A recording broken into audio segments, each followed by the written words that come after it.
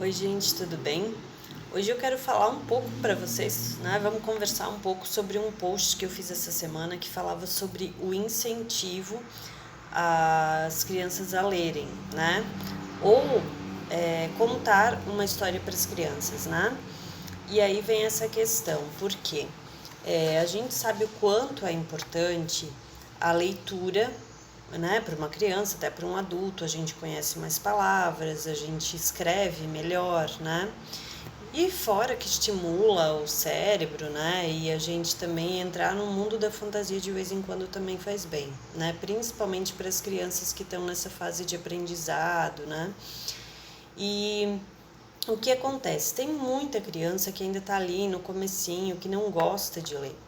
E é importante que a gente não fica forçando a barra, porque apesar do incentivo e do hábito se fazer um pouquinho cada dia, né? É importante não forçar a barra, porque daqui a pouco o que acontece? A criança acaba criando uma repulsa pela leitura, se for uma obrigação, né?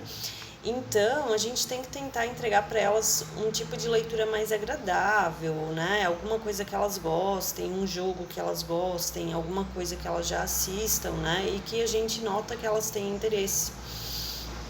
E até essa questão de a gente ler para uma criança, né? Ao invés de forçar ela a ler, existem muitas histórias juvenis, infanto-juvenil, né? Que se você lê, até o adulto até deveria ler mais esse tipo de história, porque todo mundo precisa um pouco de fantasia, de imaginação, né? E tem vários livros que você consegue ler e transmitir a história para uma criança, né? O que também é muito legal. Há um tempo atrás eu li um livro que se chamava 7 Desafios para Ser Rei, do Jan Terlow, né? E cada capítulo era uma missão que o rapaz tinha que fazer para ser rei da cidade, né? E era muito legal, tão legal que eu resolvi, cada capítulo que eu acabava, eu contava para o nosso filho Francisco, né? E ele ficou tão encantado pela história que ele contou para minha sobrinha que ele queria passar adiante de tão legal. E se fosse uma coisa que ele tivesse que ler, talvez ele não ia entender ou ele não ia gostar, né? E da mesma forma, agora eu acabei de ler O Mágico de Oz.